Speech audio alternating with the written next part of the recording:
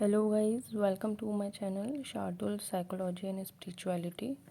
तो आज हम बात करेंगे हियरिंग लॉस के बारे में।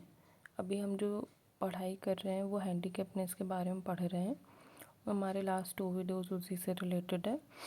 आज जो हम कमिंग सेशंस में मींस जो आने वाली वीडियो है उसमें जो हम देखेंगे वो हम सुनने की क्षमता जो कम हो जाती है, जो सुनने की क्षमता में कमी आती है, सुनने में तकलीफ़ और बाधा आती है, उसके बारे में आज हम बात करेंगे। उसके क्या टाइप होते हैं, क्या कारण होते हैं, कैसे और कब पता लगती हैं ये चीज़ें, और उनको एजुकेशन देने के लिए किस स्ट्रैटेजीज़ का यूज़ किया जाता है। तो आज जो हमारा टॉपिक है वो है हियरिंग लॉस और उसके बारे में डिटेल में। तो किस किस टाइप के हियरिंग लॉस होते हैं।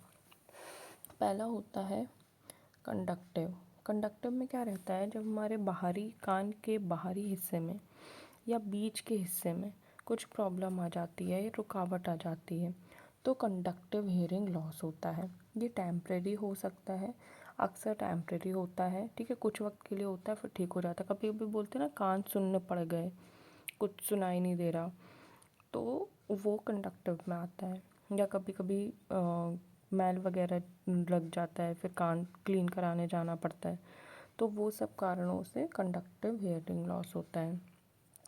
सेंसर न्यूरल, ये किसकी वजह से होता है, जब इनर ईयर जो कान का हमारा आंतरिक हिस्सा है और जो स्पेशली ऑडिटरी नर्व होती है वो डैमेज हो जाती है, उसमें ही प्रॉब्लम आ जाती है। जो मेन और सुनने वाली नर्व होती है, जब वही डैमेज हो जाएगी तो कैसे सुन पाएंगे। ये जो होता है ये परमानेंट होता है, तो उसको प्रॉपरली मेडिकल ट्रीटमेंट से ही ठीक किया जाता है। कभी कभी दोनों का कॉम्बिनेशन भी हो सकता है, कंडक्टिव का भी, मतलब आंतरिक हिस्सा भी डैमेज हो सकता है, मिडिल और बाहरी भी हो सकता बाहरी हो और आंतरिक हो, या मिडिल का हो और आंतरिक हो, है ना। फिर फोर्थ आता है जो इसका टाइप है वो है लॉस। इसमें क्या रहता है, मतलब हियरिंग लॉस होता मतलब सुनने की क्षमता कम हो जाती है। कभी कभी थोड़ी कम होती है, मीडियम लेवल की होती है, और सीवियर में जो है बहुत ज़्यादा सुनने की क्षमता जो है वो कम हो जाती है। अभी इसके कारण क्या क्या हैं। डीफनेस, इसको हिंदी में बहरापन भी कहते हैं, ठीक है। तो इसके कारण कौन कौन से हो सकते हैं। पहला है जेनेटिक कारण, ठीक है। जेनेटिक कारण यानी कि हो सकता है आपके परिवार में किसी में ये कमी रह गई हो तो उसकी वजह से इनहेरिटेड होके आप में भी आ गया हो, है ना। कभी कभी जेनेटिकली भी कई सारी बीमारियां जो है वो कैरी आउट होती हैं। एनवायरमेंटल इन्फ्लुएंसेस का क्या मतलब होता है, लाउड नॉइस का एक्सपोजर, बोलते हैं ना बहुत तेज कभी कभी बम फूटता है, कान की पर्दे फट जाना, वो यही होता है। एनवायरमेंटल ही इन्फ्लुएंस होते हैं जिसकी वजह से बहरापन आ जाता है। कभी कभी हो सकता है आपके कान में कोई इन्फेक्शन हो जाए और कोई ऐसी दवाइयाँ या ट्रीटमेंट आपका चालू है जिसकी वजह से साइड इफ़ेक्ट हो जाए और आपके जो नर्व्स, कान का ऑडिटरी सिस्टम है वो डैमेज हो जाए, तो उसकी वजह से भी क्या हो जाता है, बहरापन हो जाता है। बहुत तेज़ साउंड, इसलिए बोलते हैं ना बहुत तेज़ साउंड रहता है तो बोलते हैं कि यार बंद करो, कान के पर्दे फट जाएंगे, वो वही मतलब होता है उसका। एज रिलेटेड फैक्टर तो हम सभी को पता है, जैसे जैसे उम्र बढ़ती जाती है सुनने की क्षमता क्या है, कम होती जाती है। जो बुज़ुर्ग लोग रहते हैं वो थोड़ा ऊंचा सुनते हैं, है ना, तो उसका कारण क्या है, यही है। और भी फैक्टर हैं, जैसे हेड ट्रॉमा, या फिर कुछ आपको सिर पे चोट लग गई है, कभी एक्सीडेंट हो गया है, या हो सकता है आपका ऐसा एक्सीडेंट हुआ हो कि आपके कान में ही चोट लग गई है ना, या कोई और बीमारी है जिसकी वजह से जिसके कारण आपको कान में या फिर नर्व में प्रॉब्लम हो गई हो, कान के नर्व में प्रॉब्लम हो गई हो, तो आप सुन नहीं पा रहे हो। कभी कभी किसी और बीमारी के कारण भी दूसरी बीमारियां हो जाती हैं। तो ये सारे फैक्टर्स हैं जिसकी वजह से बहरापन आता है। अभी अर्ली इंटरवेंशन स्ट्रैटेजीज़ क्या होता है, इसमें क्या होता है, न्यूबॉर्न बेबी है उसकी प्रॉपरली स्क्रीनिंग कराना चाहिए, है ना, कि उसका पूरा फुल चेकअप कराना चाहिए कि उसके सारे विजनरी ऑडिटरी सिस्टम ठीक है कि नहीं है, मतलब वो अच्छे से सुन देख सकता है कि नहीं, उसकी सारी ग्रंथियाँ सही हैं कि नहीं हैं। अर्ली डायग्नोसिस से क्या होता है, हमें पता चल जाता है कि मतलब हियरिंग लॉस है, तो हम उसको जल्दी से जल्दी ठीक भी कर सकते हैं, चांसेस ज़्यादा रहते हैं ठीक होने के। स्पीच थेरेपी और हियरिंग एड्स के थ्रू हम इंटरवेंशन प्रोग्राम करते हैं। अगर हमें पता चल गया है कि या तो हम अर्ली डायग्नोसिस करेंगे, और अगर वो नहीं होता है तो फिर हम उसके प्रोग्राम के थ्रू ठीक करते हैं। मतलब कि ऐसे इंटरवेंशन प्रोग्राम्स होते हैं जिसकी वजह से हम उसको एजुकेट कर सकते हैं, जो बच्चा मतलब सुनने की क्षमता जिसमें नहीं होती है, जो नहीं सुन पा रहा है, तो उनके लिए दूसरे प्रोग्राम्स भी होते हैं।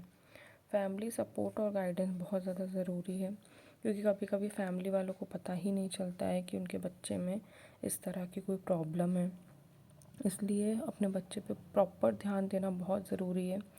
जब बच्चे बढ़ रहे होते हैं तब आपको उनकी पूरी एक्टिविटीज़ पे ध्यान देने की ज़रूरत होती है। जब बच्चा छोटा होता है आप उसको ताली बजाओगे, चुटकी बजाओगे या कुछ बोलोगे तो बच्चा आपकी तरफ देखेगा, है ना। या झुनझुना वगैरह हम क्यों बच्चे को देते हैं, क्योंकि वो सुनता है और झुनझुनी की तरफ देखता है। अगर आपका बच्चा नहीं देख रहा है, अगर किसी भी साउंड पे उसका कोई रिएक्शन नहीं आ रहा है, तो ध्यान दीजिए कि ऐसा क्यों, क्वेश्चन अराइज कीजिए। ऐसा नहीं कि अरे बच्चा है वो नहीं ध्यान दे रहा, ऐसा नहीं है। तो थोड़ा ध्यान देकर अगर आप समय रहते प्रॉब्लम को डिटेक्ट कर पाओगे तो उसका इलाज भी हो पाएगा, नहीं तो देर हो सकती है और डीफनेस की समस्या आ सकती है। अभी एजुकेशनल अप्रोचेस क्या होती हैं, जो बच्चे सुन नहीं पाते उनको किस तरह से पढ़ाया जाता है। इंडिविजुअल एजुकेशन प्रोग्राम दिया जाता है ना। बच्चे को एक सिंगल इंडिविजुअल यानी अलग अलग बच्चों को एक एक सिखाना, जैसे ट्यूशन क्लासेस होती है उस तरीके से। विजुअल एड्स के थ्रू पढ़ाया जाता है, यानी कि जो बच्चे सुन नहीं सकते उनको विजुअल यानी कि जो देख देख कर सीख जाएं, उसके थ्रू पढ़ाया जाता है। आपने साइन लैंग्वेज के बारे में ज़रूर सुना होगा। जो डीफ होते हैं, जो सुन नहीं सकते, वो साइन लैंग्वेज का यूज़ करते हैं। साइन लैंग्वेज ऐसी लैंग्वेज होती है जो हाथों से बात की जाती है, जिसमें हाथों से डिफरेंट तरह के साइन बनाए जाते हैं और उससे बात की जाती है। इनके अभी न्यूज़ चैनल्स भी आने लगे हैं। बहुत ही अच्छी बात है कि इस तरह से जो डीफ हैं या जिनको हियरिंग लॉस है वो दुनिया की जानकारी से अवगत हो सकते हैं। और एक होता है असिस्टिव टेक्नोलॉजी। तो कई तरह का टेक्नोलॉजी का प्रयोग करके भी जो बच्चे हियरिंग लॉस से या डीफ चिल्ड्रन हैं या जिनको हियरिंग लॉस है उनको पढ़ाया जा सकता है। अभी अगर हम बात करें कि असिस्टिव टेक्नोलॉजी होती क्या क्या है, तो ये क्या होता है, असिस्टिव टेक्नोलॉजी के थ्रू जो डीफ बच्चे हैं उनको एम्पावर किया जाता है इंडिपेंडेंसी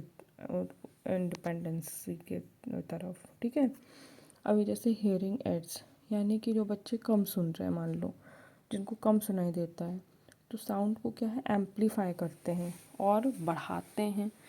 सो दैट एम्पलीफिकेशन का मतलब ये नहीं होता कि सिर्फ हम वॉइस बढ़ा रहे हैं।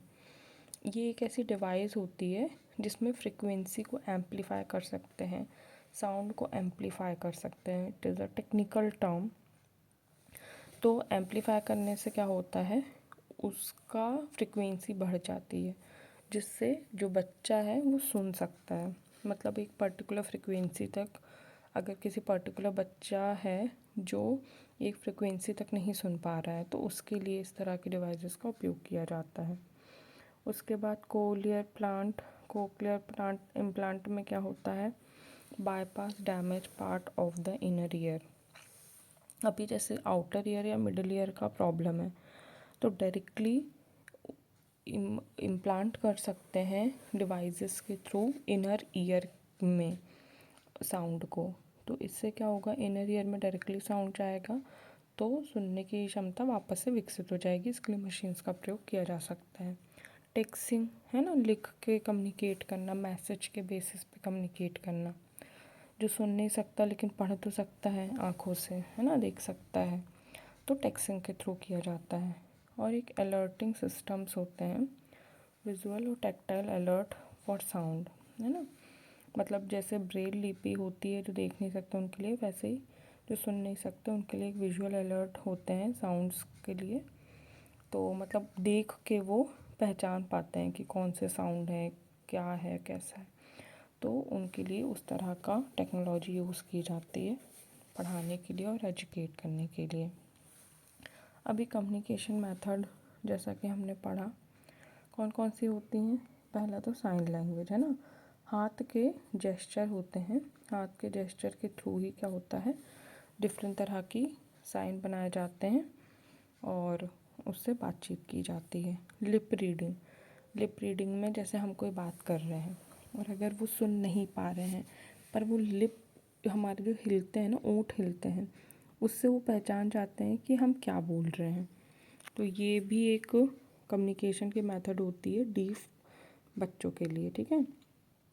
ऑडिटरी ट्रेनिंग, लिसनिंग स्किल्स जो है डिफरेंट माध्यम से, जैसे अभी हमने पढ़ा असिस्टिव टेक्नोलॉजी, उसके माध्यम से डेवलप की जाती है।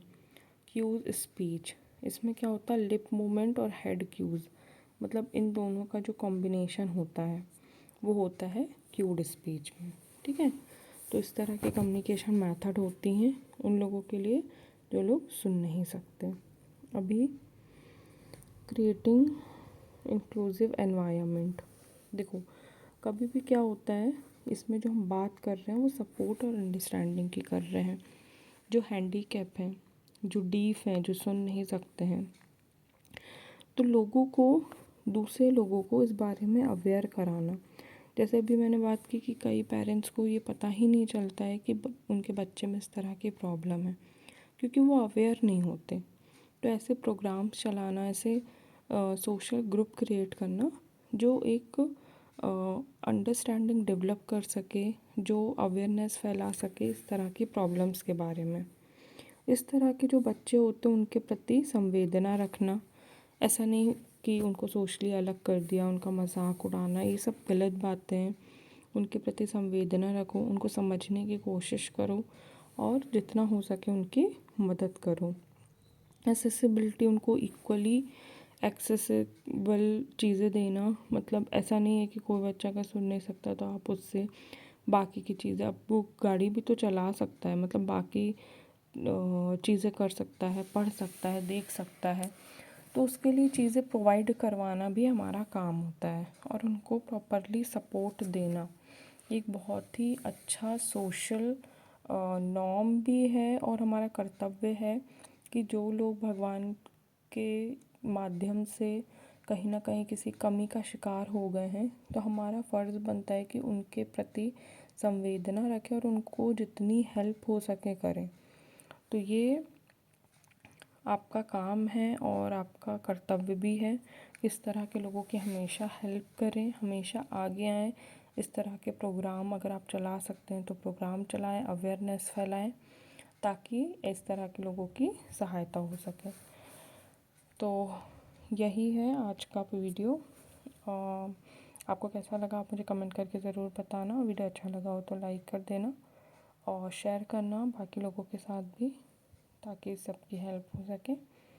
और कोई भी टॉपिक अगर चाहिए हो तो मुझे कमेंट कर सकते हैं, कोई डाउट हो तो उसके लिए भी कमेंट कर सकते हैं। Thank you so much.